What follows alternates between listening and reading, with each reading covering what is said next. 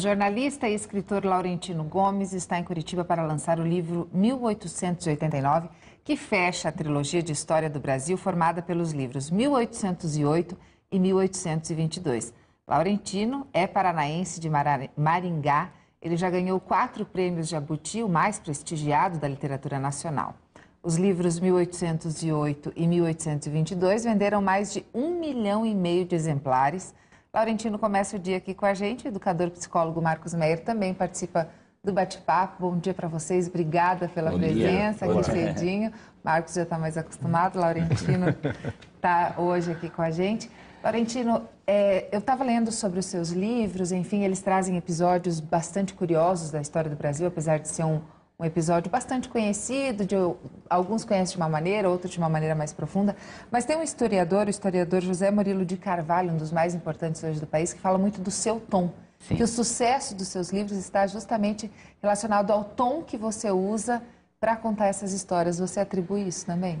Aliás, o José Murilo deu uma entrevista recentemente que ele falou uma frase curiosa. Ele falou: os livros do Laurentino não têm novidade alguma, mas eles popularizam a história do Brasil. Eu acho que é o melhor elogio que eu poderia receber do José Murilo, porque esse é o meu objetivo. É claro que a independência, a proclamação da República são temas bastante estudados nas escolas hoje, mas talvez numa linguagem que não seja tão acessível a um estudante, criança, adolescente, e mesmo o leitor geral, que precisa entender sobre esse assunto. Até porque você aprende e acaba esquecendo se aquilo não é realmente tão chamativo, né? Especialmente no momento que nós estamos vivendo hoje no Brasil. O Brasil está vivendo uma experiência inédita na sua história, que são 30 anos de democracia. E nesse momento em que todos nós somos chamados a participar da construção nacional, a melhor coisa que nós fazemos é olhar para trás, para entender quem nós somos. A história ela é uma ferramenta de construção de identidade. É só olhando para o passado que você consegue entender o Brasil de hoje e aí preparar as pessoas para construir o futuro de forma organizada, mais estruturada. Então, eu diria que divulgar a história do Brasil hoje é uma missão importante da qual eu participo e me orgulho muito disso. Dá para dizer, Marcos, que essa questão da linguagem nas aulas de história, especialmente nas escolas, ainda é uma barreira muito grande? Antigamente o ensino de história era baseado em memorização de data. Era uma coisa chata pra caramba, né? Quando a gente começa a interligar os fatos históricos com a atualidade, aí passa a ser muito diferente, a gente tem mais vontade e tal. Agora tem uma ilustração israelense que fala que quando a gente pega um arco e flecha e puxa, quanto mais para trás vai a flecha, mais para frente ela pode ir. Isso significa que os nossos jovens, quanto mais história aprenderem, mais eles sabem como não cometer os mesmos erros do passado para poder ir para frente. Então a gente tem que investir sim em aula de história de qualidade. Isso acaba se traduzindo na nossa realidade, né? Até na maneira, dos termos que a gente usa. Eu comentava com o Laurentino antes da entrevista que um dos termos que a gente fala é a questão das mordomias, né, de hoje. E era um termo que foi cunhado num dos departamentos da coroa portuguesa, quando veio para o Brasil, né? Quando o Dom João chegou ao Rio de Janeiro, fugindo do Napoleão Bonaparte, cerca de 10 mil a 15 mil pessoas vieram junto com ele. E todo mundo dependia do chamado bolsinho real. Então tinha um departamento chamado Alxaria Real, que seria o almoxarifado do rei, que incluía a área de mordomias, e que distribuía comida, distribuía benefícios, casas para as pessoas que chegaram de fora. Então você vê que a gente tem um Estado muito provedor no Brasil, as pessoas esperam muito do Estado, né? É um Estado muito forte, às vezes é um Estado que, como ele interfere muito na vida das pessoas, ele é muito permeável à corrupção também. Então eu diria que para você entender o Brasil de hoje é muito importante estudar essas 3 histórias, porque elas funcionam como se fosse o nosso código genético. A forma como nós nos organizamos para continuar sendo uma nação soberana, independente, depois de romper os vínculos com Portugal. Mas eu diria que todas as nossas características atuais, a favor e contra, estão nesse período de constituição do Estado brasileiro.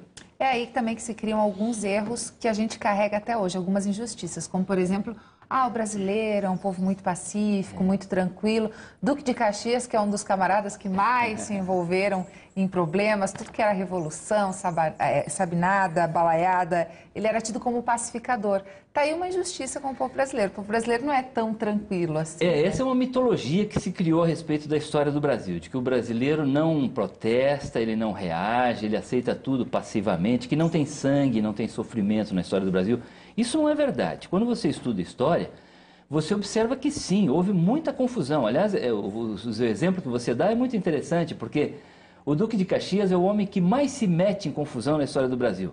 Ele combate a sabinada, a balaiada, a cabanagem, a Revolução Farroupilha, depois ele vai na Guerra do Paraguai, mas ele passa para a história como o pacificador. Ele reflete uma imagem do imperador brasileiro, que é o pai, que suaviza os conflitos, mantém o território integrado, não deixa que o país se separe em vários países independentes. Então essa imagem do pacificador é muito ligada à ideia do império, o império que constitui o Brasil e o mantém unido. Mas não é verdade que o Brasil nunca teve guerra, nunca teve confronto, né? Marcos, você já comentou aqui em outras ocasiões que a gente tem uma dificuldade, por exemplo, com professores de física, química. Isso acontece também nessa questão da história? A formação dos professores também chega a ser um problema de destaque na educação? Em geral, a formação dos professores no nosso país está deficitária em todas as áreas, né? Isso significa que em história também, infelizmente, vamos ter esses problemas. E aí nós vamos ter aquela aula de antigamente, aquela aula chata, aquela aula que não anima e tal. Eu tive conversando com a minha noiva, ela era professora de quarta série e contou um caso muito interessante. Ela estava explicando sobre Getúlio Vargas, ditadura e tal, e aí, coincidentemente, entrou a diretora e falou que a partir daquele dia não podia mais usar tênis colorido.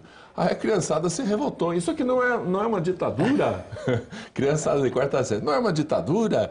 E aí eles fizeram, sob a orientação dela, fizeram um documento solicitando a autorização para usar tênis colorido. E claro que daí dessa vez a diretora deixou, e eles acharam o máximo ter uma democracia. A vontade da criançada, então, estava sendo colocada em ação.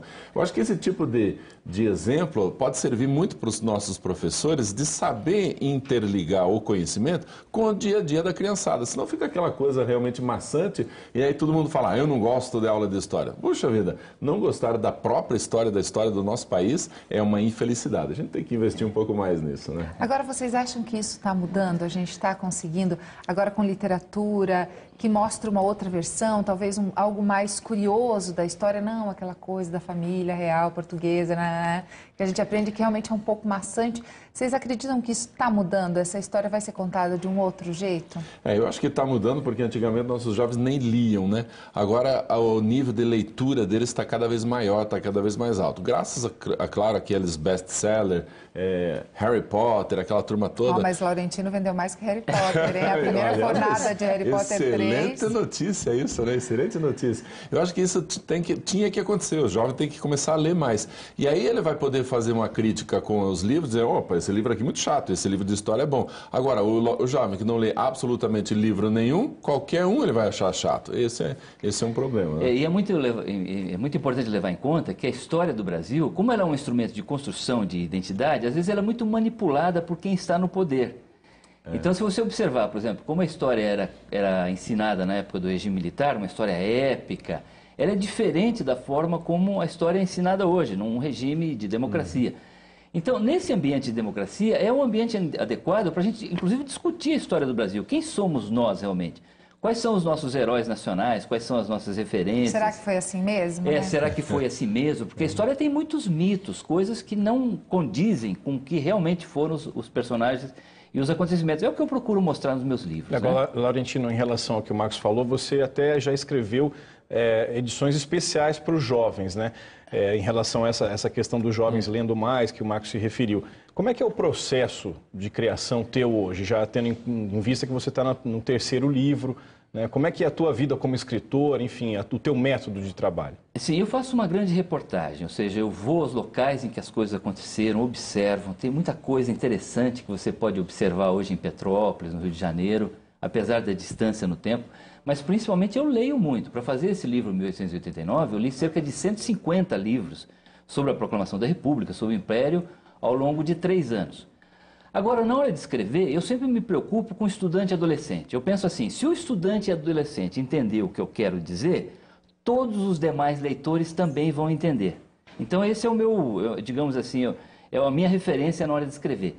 E eu também me preocupo em desenvolver formatos adequados ao estudante adolescente. Então, eu faço reduções juvenis, tenho Twitter, Facebook, tenho site na internet. Eu acho que hoje nós vivemos num mundo multimídia.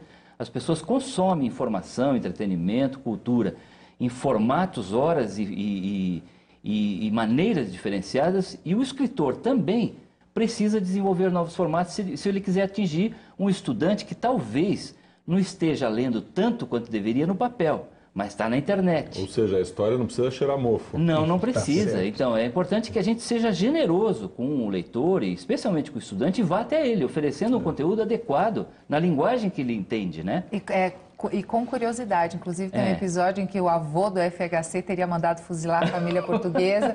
Infelizmente a gente não pode falar sobre isso. O Joaquim Inácio Cardoso, sanguinário. Fica para quem comprar o livro aí, né? Obrigada, Obrigado, viu, pela presença de vocês. Foi um prazer. Até a próxima.